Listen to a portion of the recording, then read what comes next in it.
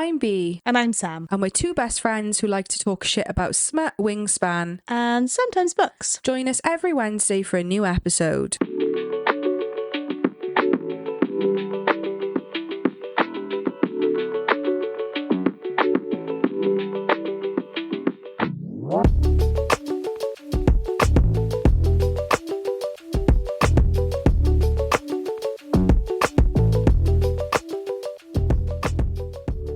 Hello. Hi. You okay? Yeah, you? No, I'm sad. Why?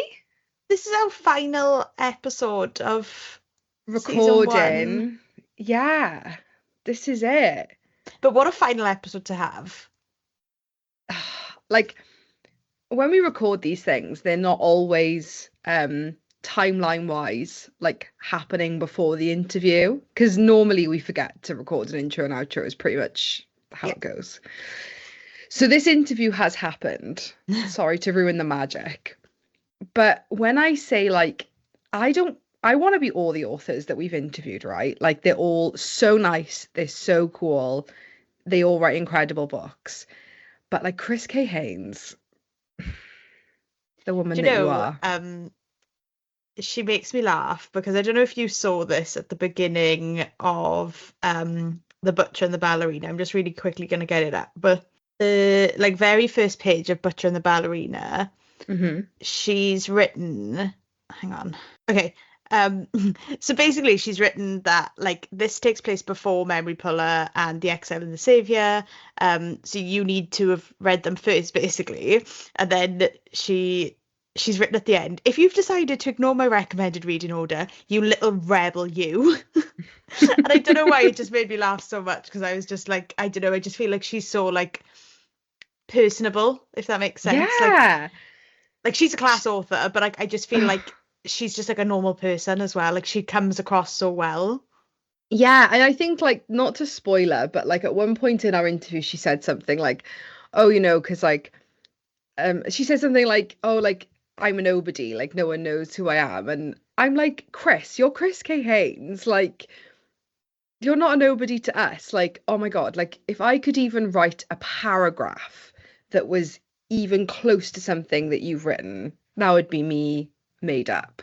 She's saying she's a nobody, and me and you are literally fangirling about being on the phone with her. Oh my God, I was so starstruck. I had a dream last night that I got recognised, out in the wild, as a podcaster. Loser.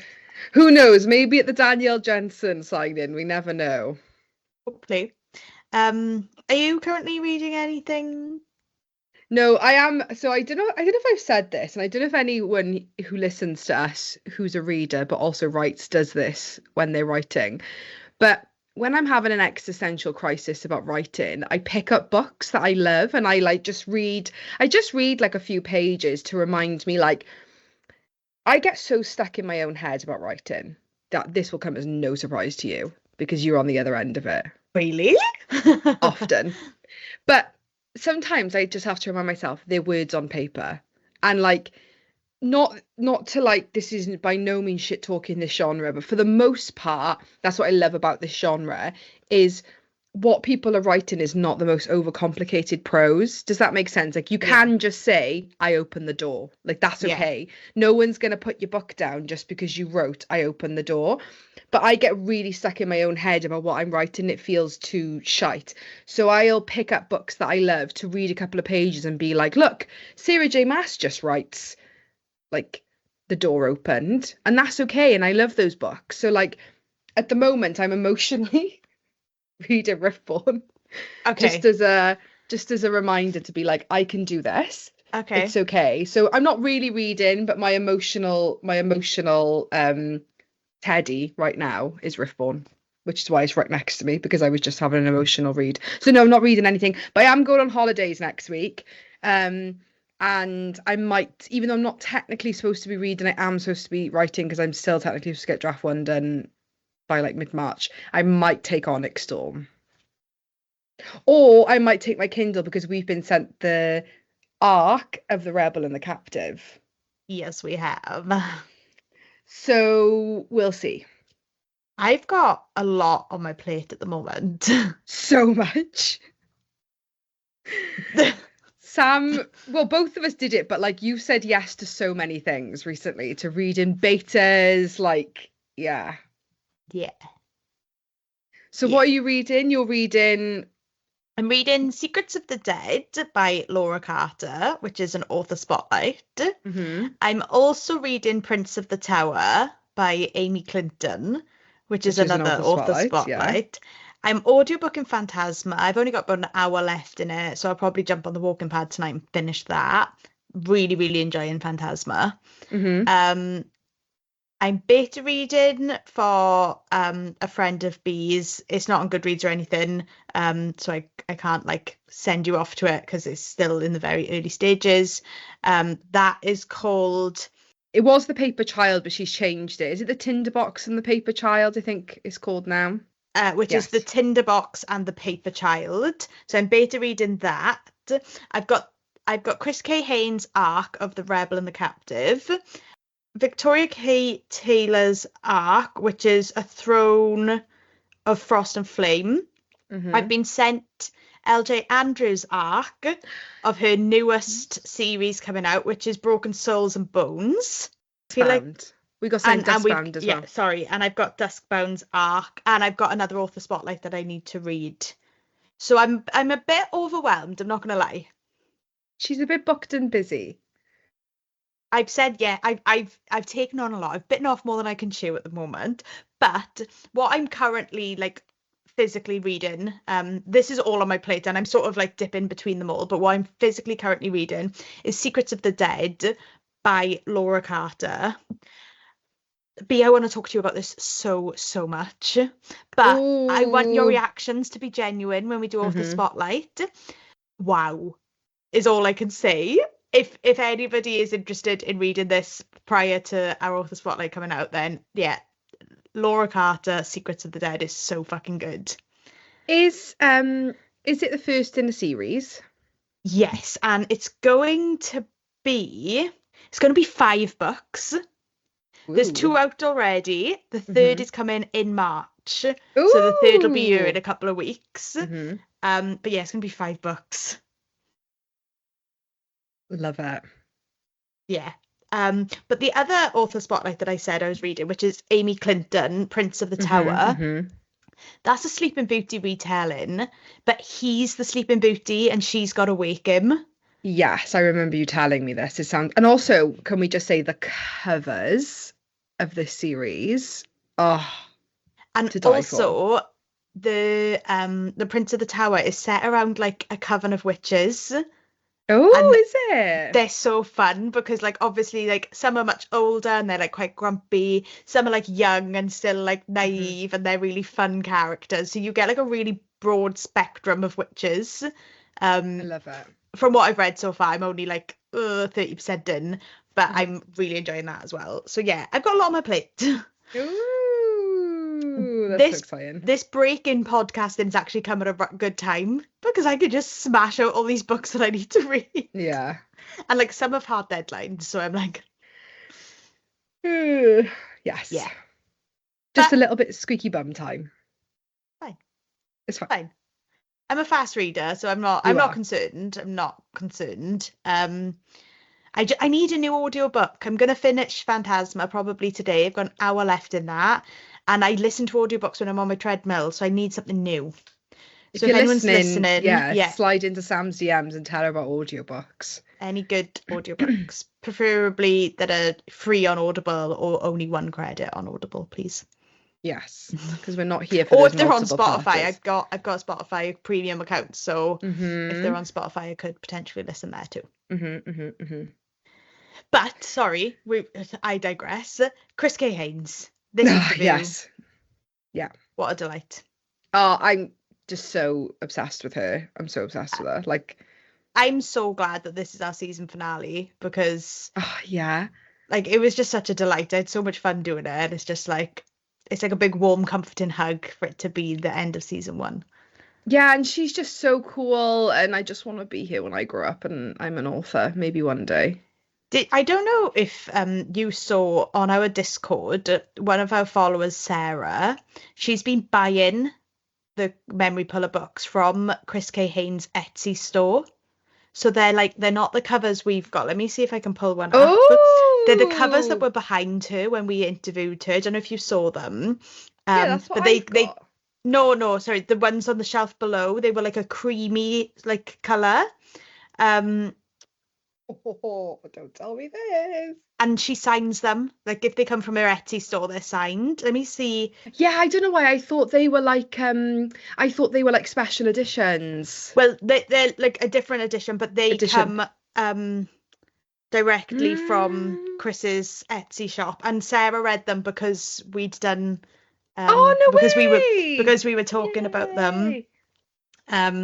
So she was like, she messaged us to say, I finished the memory puller today. I ordered the signed copy from her Etsy page. Thank you so much for the recommendation. I enjoyed it a lot. So I replied saying, I've just finished 2.5, Butcher and the Ballerina, best in the series so far. And she was like, okay, getting them ASAP. So I think she's going to buy them all. I love it. Directly from Chris's Etsy shop. Well, guess what I'll be doing later? That's a cut. Did you see that somebody had finished, Luce had finished Metal Slinger? And yes, I put it on her story like another converted.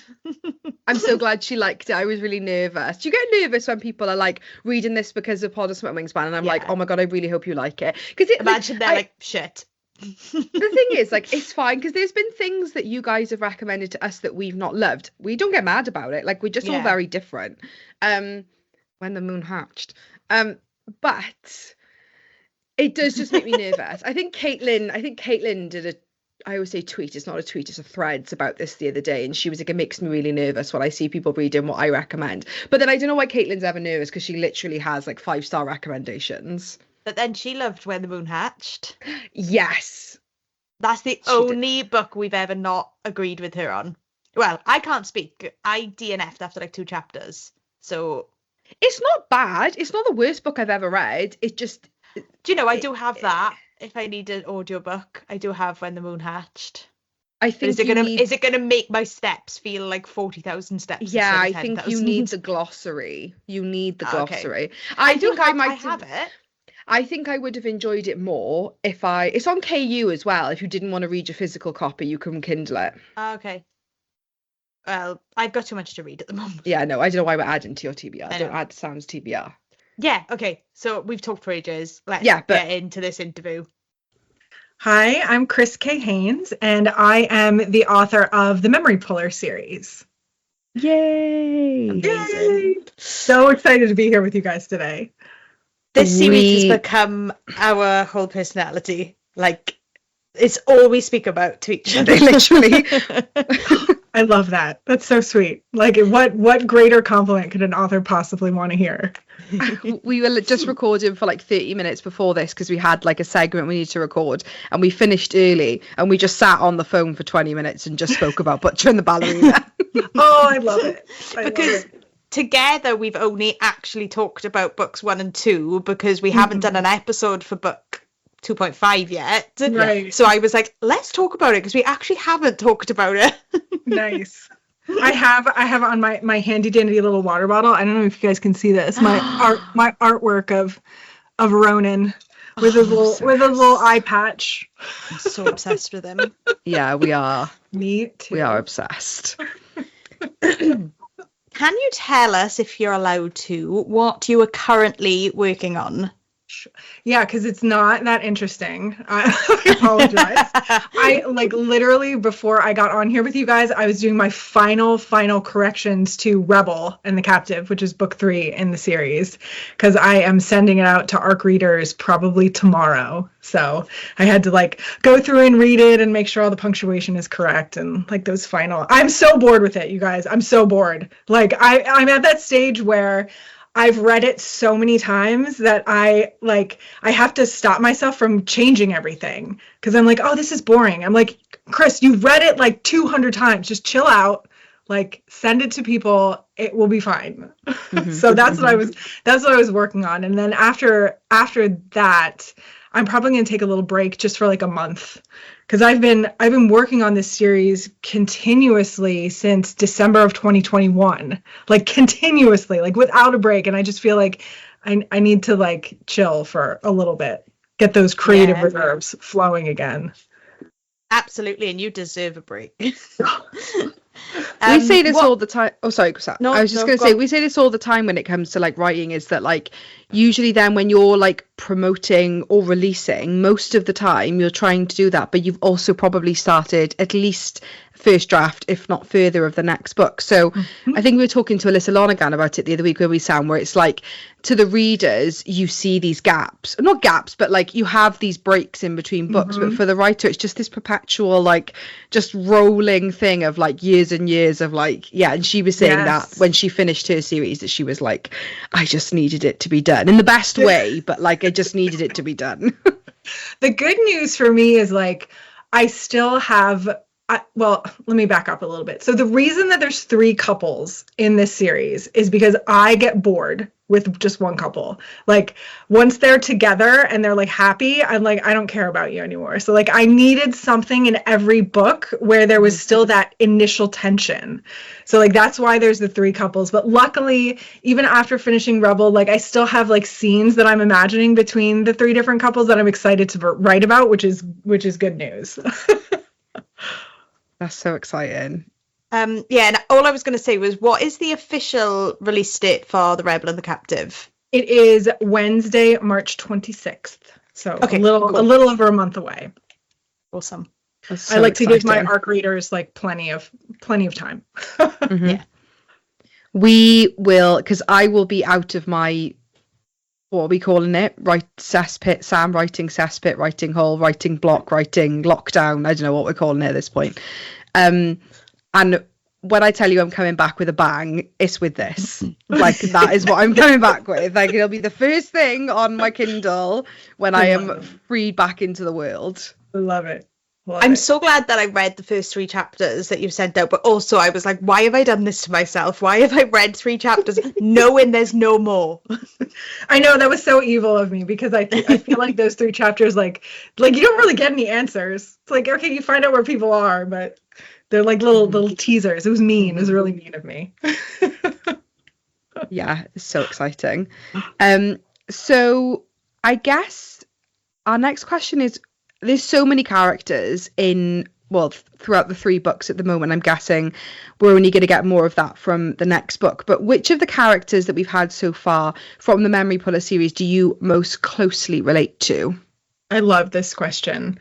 And I feel like I've been asked it several times and my answer is always the same, so it must be true. But it's definitely Xenia.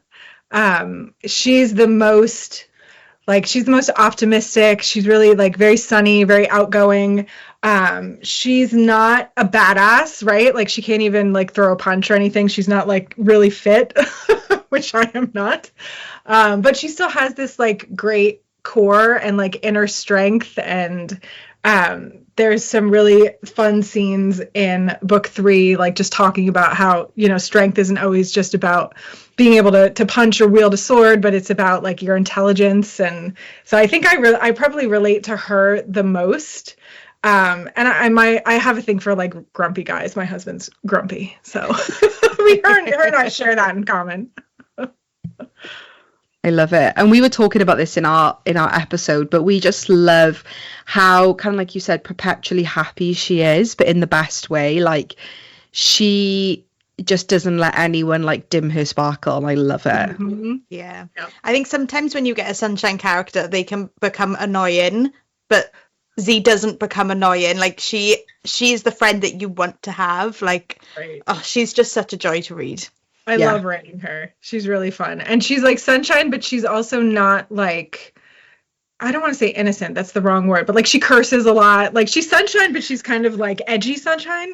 Yeah, like a no crap sunshine. Like she takes exactly. particularly from Kale. Like she's like, no, you're not speaking to me like this. Like that's not Their okay. dynamic is just like, I love it so much. It's so fun to write.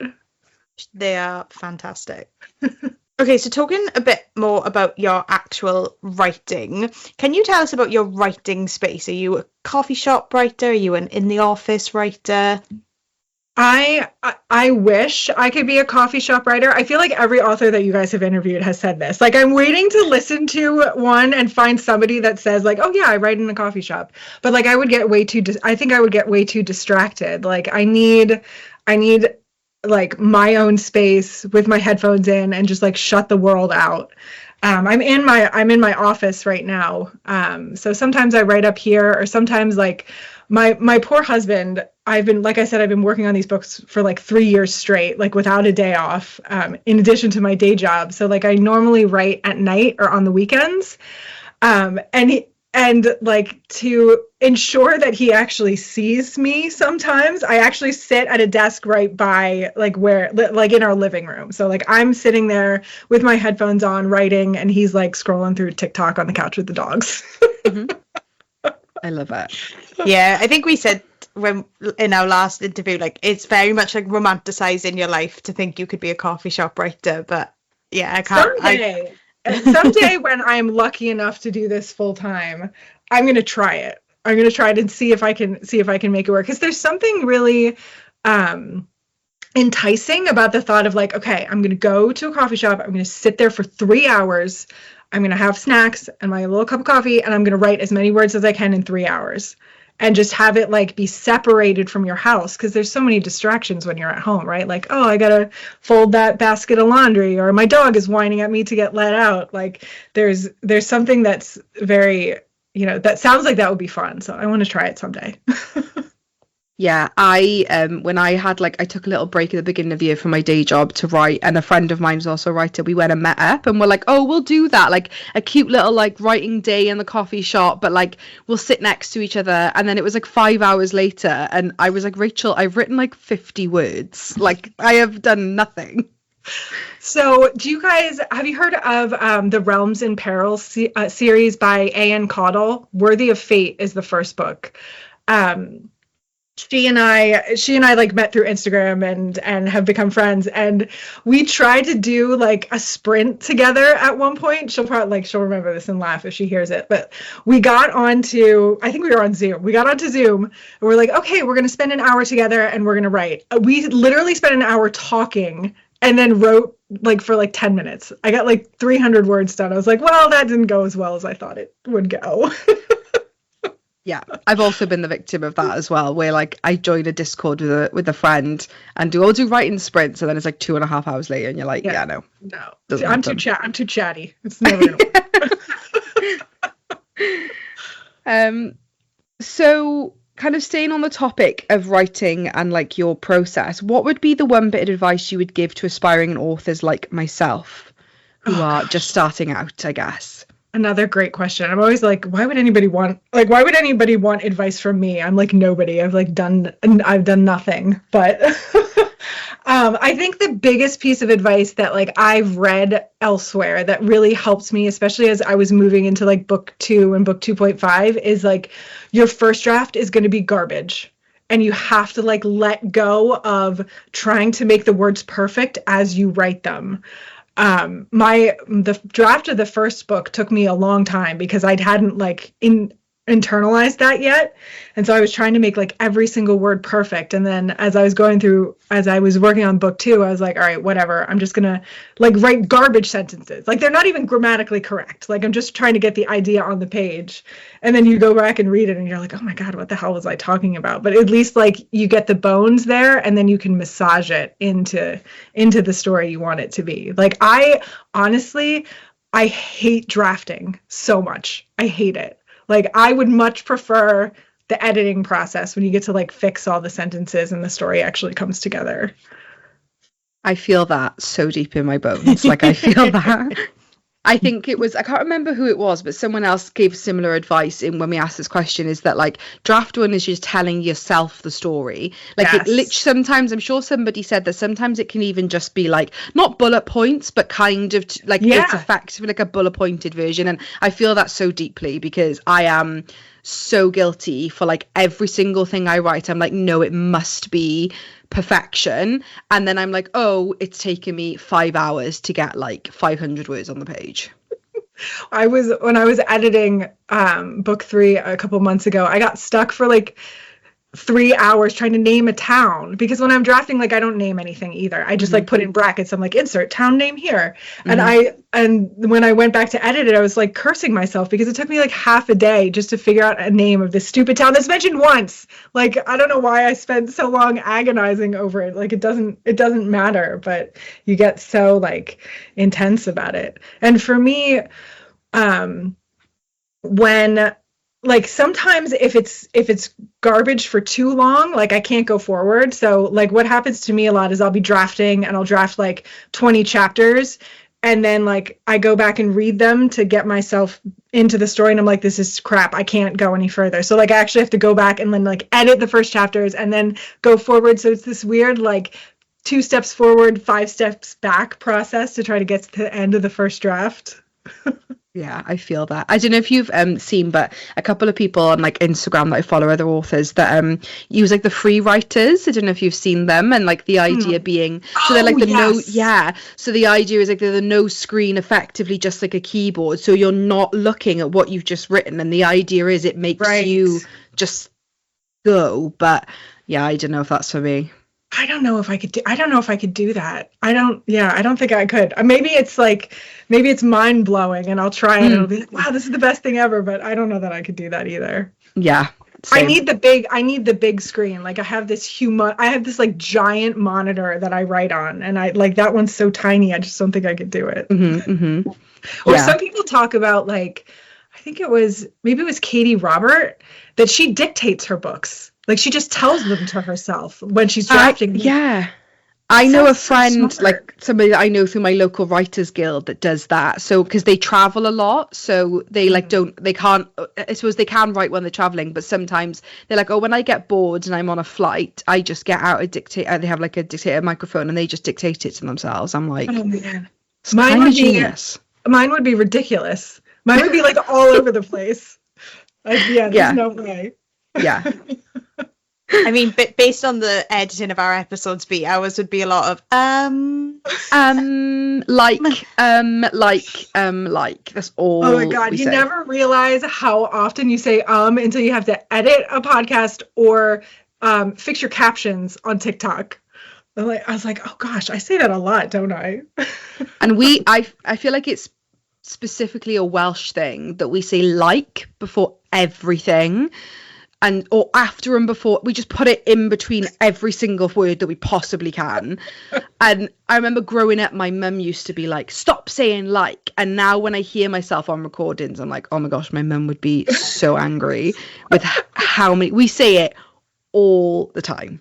But sometimes it's not even in a sentence. We'll just say like, and then just go off and say something else. I'm like, why did we say that? Like, see, I'm doing it now. I can't. That's so funny. Now I'm gonna go back and listen to your episodes, and I won't be able to unhear it. It's insufferable. You'll hear it honestly, everywhere. Insufferable.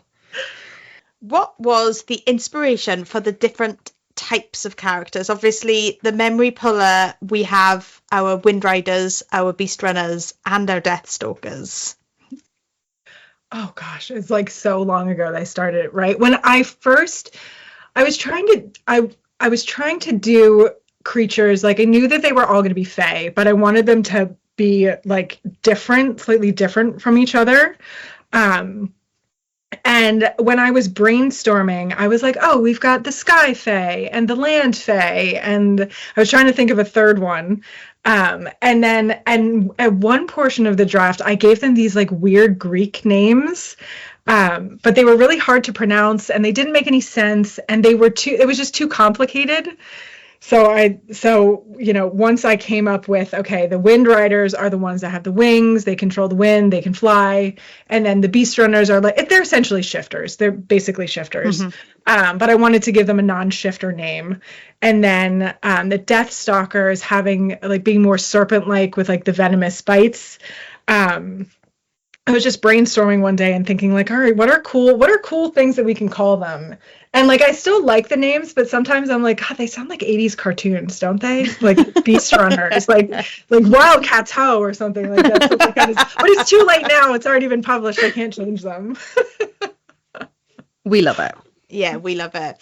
Especially the beast runners. We were talking about this before you joined the call, and I know that we've spoken about it today, because when we recorded the episode, we were specifically talking about the carriage scene in book 2, and I was saying that they were being pulled by stallion biforms.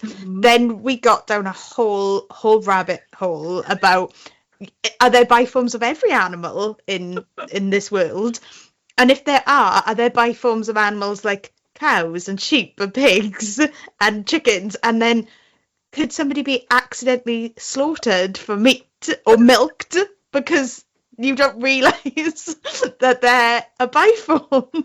So I need you to just...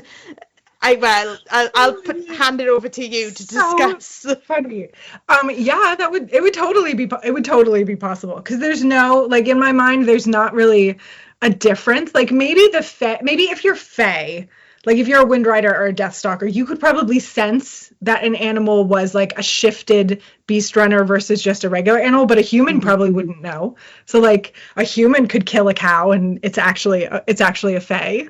And so it's not all animals, it's only mammals. So like it wouldn't be a chicken. Okay. But like it could be a cow or like a rabbit or something. There's a scene in book 3 that I'm not going to say too much about, but that does actually touch on this a little bit. Ooh, okay. But I feel like hopefully the Fae or the Beast Runner would be like savvy enough to like unshift immediately and be like, don't eat me or don't kill me. Like you'd have to catch them unawares, like sleeping in the field or something. Imagine being a human and taking a ride like on a camel, and then all of a sudden it just shifts into a Fae and you're like, what the fuck? Why did you do that before I got on? And he's like, you know why. It hasn't come out yet, but on this week's episode coming out where we did the 2 books, like we go off on a tangent about this topic. Like, oh, I'm gonna die. I'm gonna crack up. I can't wait to hear it. I love how we're like come on our podcast to talk, you know, hi Kris, you're a really serious author, come on our podcast and can we ask you a question about your world building? Could you theoretically, it's like just so stupid, but we literally went off for like 25 minutes, and we honestly, like, we say this all the time, we're so obnoxious, but nobody thinks we're funnier than us two. We just think we're so funny. We're not, but we just think we are, and we're literally like funny. You're very funny, crying laughing for about 20 minutes. I think specifically about the carriage scene where there's 2 horse shifters pulling up. Yeah, it was a whole thing. It was a whole thing. I love it. But that's like, as an author, that's what you hope people will do, right? Like they'll get these little like pieces about your world and you want them to be curious and ask those kind of questions, even if they're silly questions. We thoroughly enjoyed it. That. Yeah, I'm glad that we have it. Thank you. The people need to know. This is the important stuff. So one of the questions we have, because the characters that you have in this series are so, like, they feel like they come off the page. They feel so realistic. Are any of the characters' personalities based off anyone in real life, or are they all just people that you've kind of like amalgamated together to make, you know, the ones that we have on the page, I guess? I mean, none of them are like specifically based off of anybody I know in my life. I think there's probably like characteristics of like myself and like people that I'm really close to that are like that inform some of the characters, like especially the way that Cassandra and Tristan like tease each other. Like my husband and I do that all the time. So like there's some exchanges that I read now and I was like, oh God, that could be Mark and me. But then there were some other characters that like are almost even more based on like other characters from other stories. So like Hela from book 2, who I love, like in my mind, I'm a huge Game of Thrones fan, by the way. So like, and one of my favorite things about the TV show Game of Thrones was Tormund, Giantsbane, and Brienne of Tarth, like the little, like nothing that ever happened between them, but like he was obsessed with her. And so like in my mind, Hela is like, if they actually got together and had a daughter, like that's who it would be. I love that. I love that. And Kale's dad, Aaron Zephyrus, who's like a total asshole, is very like Tywin Lannister coded to me. And even more so in book 3. Yeah, I feel like you definitely get that vibe. 100%. Hella was a hot topic for us in our episode as well. We are big fans of Hella. I love Hella. Big fans. Sam particularly is a big fan. She'll be back in book 3. I'm not going to say when, but... Yeah, we very much enjoyed her. Yeah, we did. What was the most unexpected challenge you encountered while writing this series? Great question. So I am a pantser. I don't outline anything. I just basically when I started writing the first book, I spent probably a month or two just learning who Tristan and Cassandra were, and I did a lot of character work.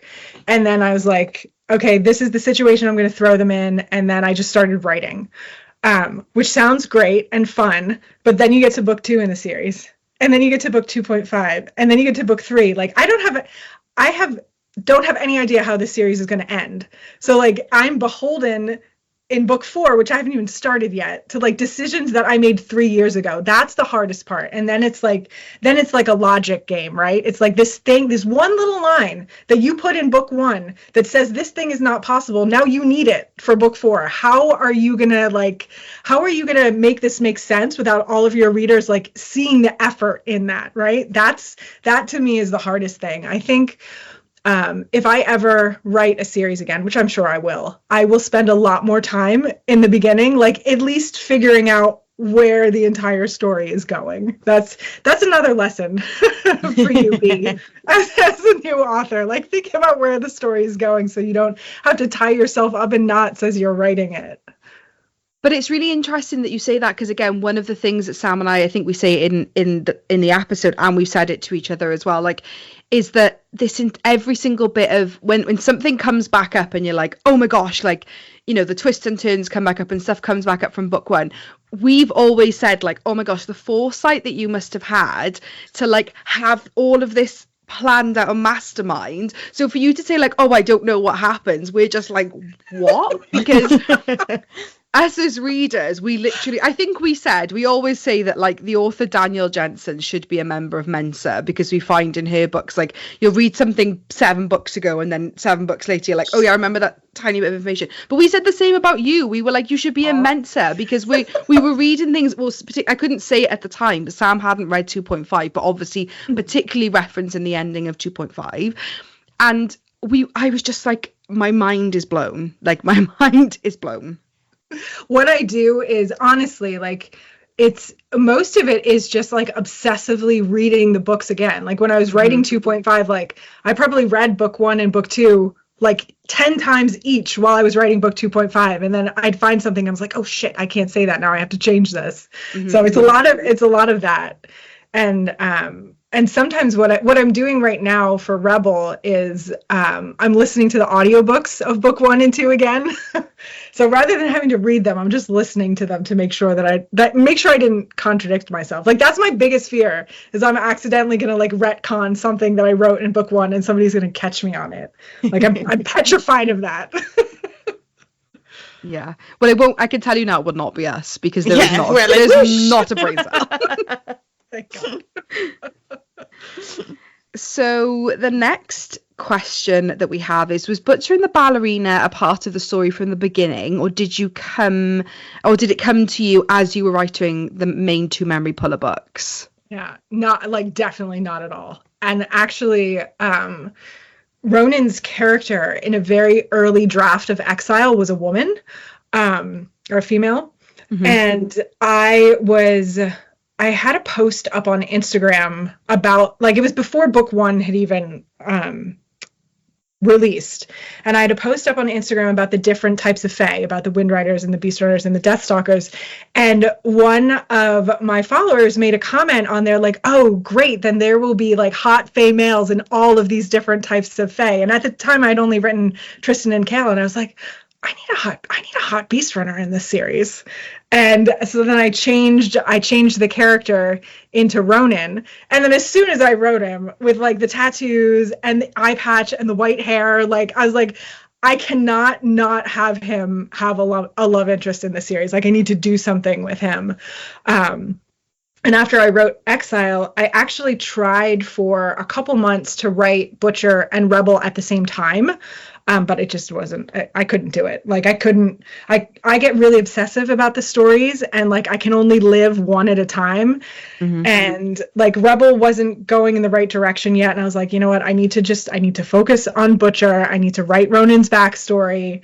And then some of the twists that happened in that like came to me as I was writing Butcher. I was like, oh yes. And I'm like, how am I going to weave them back into the main plot line? And it kind of all happened that way. But I had not planned to write any kind of like prequel novella, and I'm half of me regrets it now, because a lot of people actually have not read Butcher yet. I can tell, just based on the numbers, and I feel like people are skipping it because they just want to get to book 3, and I'm like, please don't skip it. Like there's so much backstory that you're going to need to know, and then Ronan and Marae are POV characters in book 3, so I'm really worried that people are going to like skip Butcher.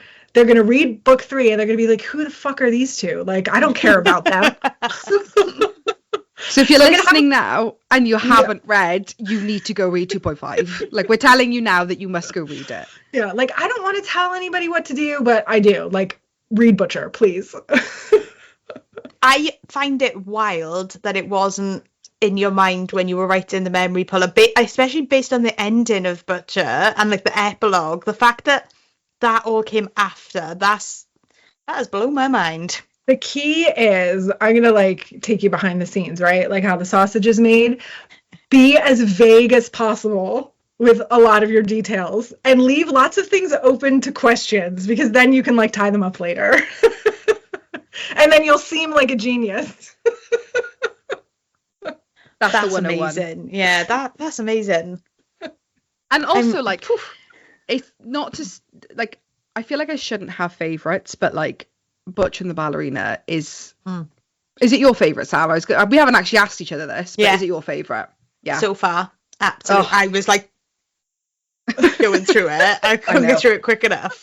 I know. Most of the people have read it say that too, and I can see why, because they like, I feel like it's such a true slow burn, right? Like they really don't like each other at the beginning, and they go through so much together, and like they're both so damaged, but like they fix each other, and it's just, it's beautiful. I love them. I love them so much. Yeah. It's an incredible story. It really is. Thank you. I ate it up. We have had, we've discussed this, but we've had plot twist after plot twist throughout these 3 books so far. Should we expect more in The Rebel and the Captive? Yeah, don't get comfortable. I'm so scared. That's like my favorite thing to write is like the plot twists. And most of the time I don't know what they're going to be, and they'll come to me like either right before I'm falling asleep at night, and then I have to like grab my phone and like write it down, or like while I'm in the shower. I'm like, oh my God, I need to make this happen. And so yeah, there's a bunch more in Rebel. B and I were just saying, we were like, we need to bill Kris for a chiropractor from like all the whiplash of reading these plot twists, because I was so like, when I was reading the memory puller, I said to B, I was like, I can see exactly where this is going, and then I was like, I think in the episode the term we use is Kris just right hooked me. I love it. Yeah. That's always my goal, right? That's always my goal. I said, when I write, I've got 4 goals, right? I want to make you laugh. I want to make you cry. I want to turn you on, and I want to blow your mind. So like, if I've done that in each of my books, if I can check those, Achieved. then I've done my job. And like, those are the books that like I like to read too, right? Like they say you should write the book that you want to read. Those are the kinds that where you're just like gobsmacked by a plot twist that you didn't see coming. Mm-hmm. Mm-hmm. Well, the smut in Butcher blew my mind. The scene, I'm trying not to give too much away. I mean, if people are listening to this, they must have read the books, but the scene with Kale's wing damaged me, like, forever. I feel really bad about that. My heart, honestly. So, like, your goals for making people cry, you can tick that one off. Yeah, it was my editor and I talked about that a lot, of like, making that happen to him and then like not fixing it like ever. Like you live in a magical world. You'd think like, well, he could just I could have written for him to get another one, like, or have it healed magically somehow, but it was really important to me to not do that. Like, I want him to deal with it, you know? I want him to learn to deal with it because he has to, right? He's already, I know, but I promise I will make it up to him. I promise I will make it up to him. But I think as well, like, that's what makes the characters feel so, like, I say genuine as much as they can in like a magical world, is that they have to go through these like literally trials and tribulations, and sometimes it isn't as like a, you know, magical fix all, like let's just, you know, Right. and for his character, like when I say he needed that, I don't mean that, but I feel like he needed that development, you know, he needed Yes. to overcome, like he wasn't going to be this super all powerful Wind Rider all the time, and he can be powerful but just in other ways because he's been very much reliant on the physical. Yes. See, exactly. You totally get it. That's exactly the journey that he's going on. Yeah. But Sam was really cut up about it. She speaks about it in the episode, but Sam was really cut up about it. Yeah. My the two narrators for the audiobooks, Nikki and Neil, I met her at a Polycon, the book convention last spring, and she was telling me, she's like, Neil and my husband were so mad about what you did to Neil. I was like, I'm sorry. And did the people who do, because we haven't listened to the audiobooks yet, but did they do all the characters? So like, does the male narrator do Kale and okay. Yes. And it's dual narration, not duet. So like Nikki reads all of Cassandra's chapters and she does even the male characters, and then Neil does all the male POV chapters. But they're both so good. Oh my God. Like you don't even it's so funny, like hearing Neil's inflection on the female characters and then hearing Nikki's on the male characters. They're such great performers. They really did an awesome job. Oh, that's so exciting. I can't wait to listen. I can't wait to listen to them. So this is a little bit of like, if you can say this, but could you describe Rebel and the Captive in 3 words for us? Messy. I'm gonna say messy is the first word. Because you've read Butcher and the Ballerina, you know you know where they are, are we saying this is spoiler free or not? We're full spoilers. We're full spoilers. Like, Tristan at the end of Exile got rescued by his like freaking ex-girlfriend that he thought was dead. Like Cassandra's locked up in jail. Like Xenia's in the middle of nowhere by herself trying to get back to Kel. Like it's really messy how they're all gonna, get back with each other. So that would be that. Gut wrenching. That's all I'm gonna say. I'm sure there's gonna be lots of people screaming in my DMs when they're done the arc. And emotional. I'm gonna say emotional. I think this one even more than the first 2 and even 2.5, like there's a lot of things that are coming to a head for these character journeys and how they feel about each other. And there's a lot of really touching, really emotional scenes in this book. So prepare yourselves. Oh, Yikes. I'm scared.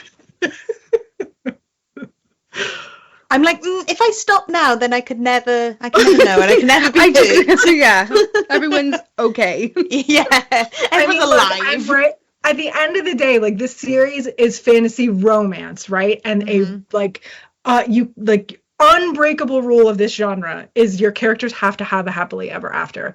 Just at the end of the series, they're gonna have to go through a lot of shit to get there, but I promise they will have one eventually. We just have to wait for another. We've got another book, 2 books. Right. Yeah. What was the inspiration? Why have I written this question? I'm reading like this, and I'm literally. know. This is the most Sam question that I was just reading. I can hear you saying it in my head. What was the inspiration behind Tristan's hot camouflage wings? I love this because it's like the least hot answer that you've probably ever heard. have you ever seen nature videos where like the male birds like dance for their women? And like some of these birds, like the way they like puff their feathers up and they like have all these colors, like they don't even look like themselves anymore. So I was trying to think of something that would give my winged fae characters just something a little different than what's out in the genre. And I was watching those nature shows and I'm like, God, wouldn't that be cool if like he could like camouflage himself behind his feathers? And so that's where it came from, like nature shows of watching all these incredible things that birds can do. And he's a bit of a peacock, right? He's like I feel like he would totally be the type that would like dance to entice his woman. 100%. And also it allows you to have so many like really like extra spicy scenes with it, it allows like a lot of room for movement, let's just put it that way. And I think it's so funny because I think like I was reading book 1 and book 2 while I was working on edits for book 3, and I'm saying to myself like he's used these wings for like everything except like fighting or like actual plot points. Like they've done every spicy thing they could possibly do under these wings, but like I haven't used it yet in like a fight scene. I guess technically there was one at the end of Exile, and that's probably what inspired that one, is like I need him to actually use this power for something like relevant rather than just like fondling Cassandra. I think we say it in our episode, but I was like, there's something about being in public that just makes it so much hotter. And the fact that he's able to provide that, I'm like, poof, I'm sold. Yeah, we're big fans. So it's fine if he wants to continue using them for not serious reasons for the rest of the series, because we're fine with that. Yeah. My editor, when she read the first one, and it was the scene in book 1 where like she hasn't given in to him yet, and he's got her up against the wall in the temple, and he's like, oh, my wings are camouflaging. She was like, I'm laughing because all I'm picturing is like wall and then these little feet hanging out of the bottom. I'm like, no, his wings are big enough, they cover his entire body, like there would be no feet hanging out. It's fine. Yeah, we'll write that's in the canon like lore, like yeah, no feet, everything covered. Yeah. So kind of the last 2 questions, kind of stepping away from Memory Puller, but what is one book outside of your own work that you will always recommend to people, kind of within the fantasy romance genre? Yeah. I mean, I've read the reason that I started writing this book was in 2020, during the pandemic, I hadn't been reading for a while. Like I read a ton when I was younger, and then, adult life kicked in and I stopped reading. And in 2020, I read From Blood and Ash by Jennifer Armentrout. And like, when I say like revelation, like epiphany, I didn't even know this genre existed before I read that book. And I was like, holy shit, I am obsessed. Like I read her entire back catalog. And then I read Sarah J. Maas's entire back catalog, and I was like, oh my God. And I was like, okay, I have to write something like this for myself. So like, obviously I would recommend those 2, but they're like the juggernauts. There is a book that I read at the end of last year. It's called Traitor Son by Melissa J. Cave, and it's one of those little hidden gems, right? Like you probably have never even heard of it, and haven't seen it anywhere. But it's like, it's a marriage of convenience. Like he is the son of the traitor to the empire, and she's like the emperor's daughter. And it's a marriage of convenience, and they're like in this border town, like he's trying to build up his own empire, and there's all these like creatures that they're trying to fight off, but at the heart of it, it's just the story of these 2 people that are trying to learn to trust each other. And it is like, if you like about my stories that the characters feel like really 3-dimensional and you feel like you know them, like the 2 main characters in the series, Remen and Ophel, like you will fall in love with them by the end, and like you'll just be begging for them to like trust each other and get together. It's so good. I read a lot in this genre, and I end up like sometimes not finishing everything, I DNF a lot, unfortunately, but this one just like it stole my interest from the very beginning, and I loved it. So Trader's Son, Melissa J. Cave, definitely check it out, especially if you like Marriage of Convenience, which I do. We will be adding that to the TBR. Amazing. Thank you. Yes. It's so The good. ever-growing TV. And Yeah. the second one comes out in April, so you won't even have to wait that long. Oh, yay. Amazing. I love it. Amazing. So our final question, what, if anything, are you currently reading? I am reading Blood Over Brighthaven by M.L. Wang. Have you guys heard of that? Yes, I've seen lots of people reading this.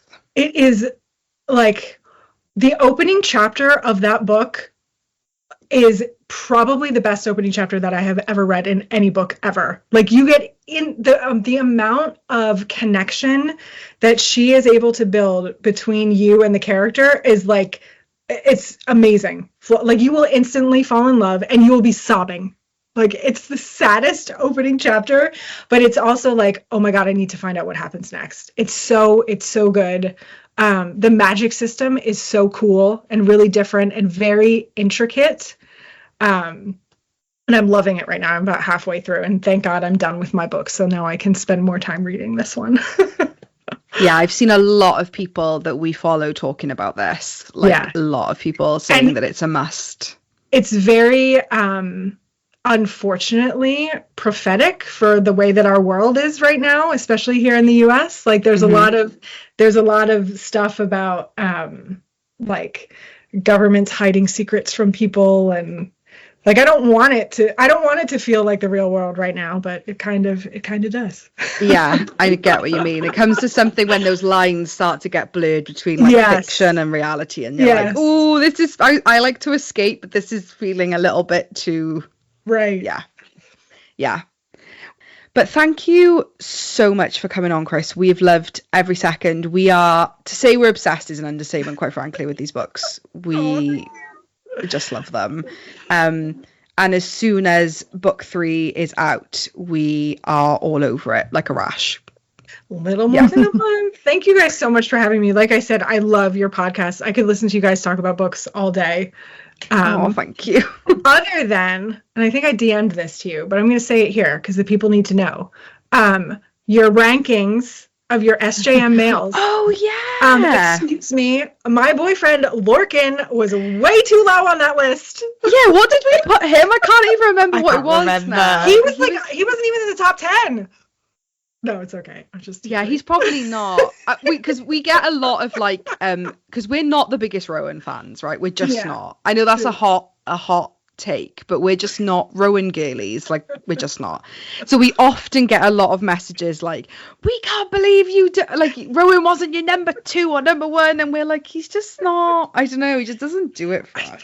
I feel like there was a lot more personality in some of her later written males, right? Like I'm with you, like, I love Rowan, but he's not like Cassian. And like I think for me, like with Rowan, like I couldn't get over the punching. Like I just couldn't. Yeah. Like it. I don't know if it's just me, but I was like, my take on that is this is how I got myself over it, because I agree with you.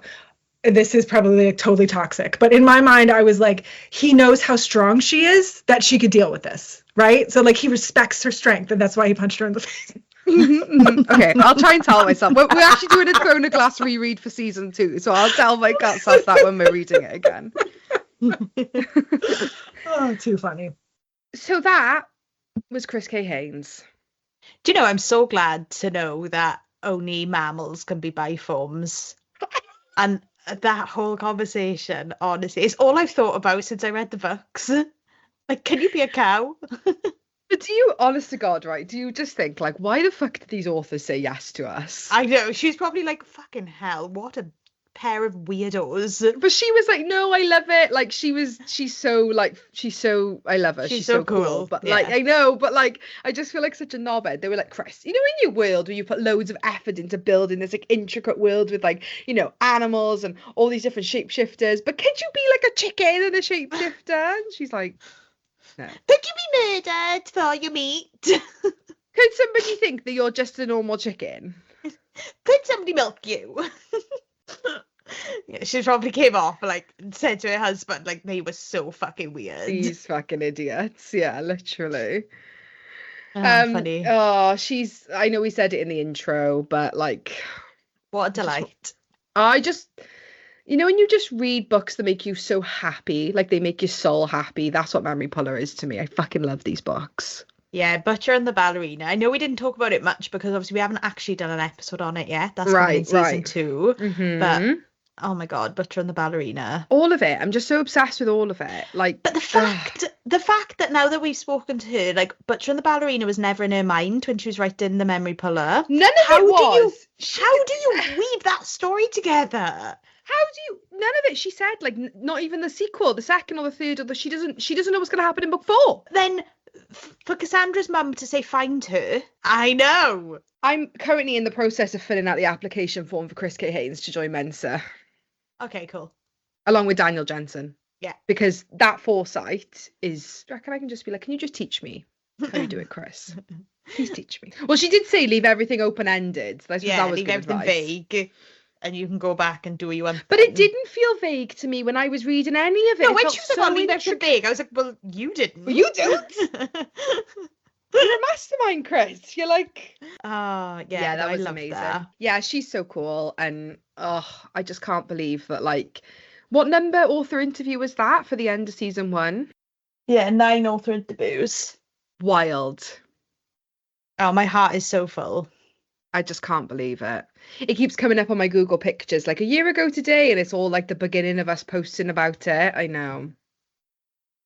A whole year of podcasting. 52 consecutive weeks.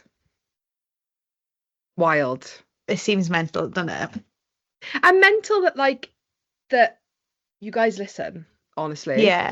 And we've made such good friends. Like, not that I didn't think we would, but like, yeah, obviously, like you see people like conversing over Book Talk and Bookstagram, but it's not just surface level. Like, I've got people's phone numbers who text me that we've met through Book Talk. Like, our Discord channel, like, I know things about people's lives now. It's not just what books they like reading and what they're currently reading. Like, I know people on an intimate level, which I never thought I would. Like, I didn't think we'd get that from this. So, like, the connections we've made, the people we've met, like, everything's been amazing. Yeah, literally. Like, we've met Raven Kennedy and Callie Hart.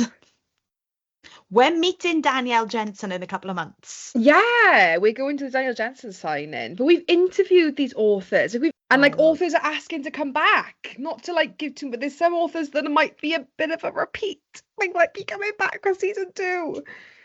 Don't, because I'll pee my pants. It's just insane. It's insane to think that, like, when I started this whole reading nonsense, LJ Andrews, and Kate Golden were 2 of the first authors I picked up their books actually after Sarah J. Maas. Like, LJ Andrews' books was like the 3rd book I ever read in this like world, and to think that like we speak to her, to think, I know we kind of talked about this on our lives, and it might not happen. We still don't know, but even to think that she asked us for quotes to go on the fucking covers of her traditionally published books. Us. And like you said, it might come to nothing. Like, she's gathering a lot of quotes, and ours might it's not fine. be picked, they might but not pick to it. even be in the running. To even think of us to ask, right? Like, that's what it is.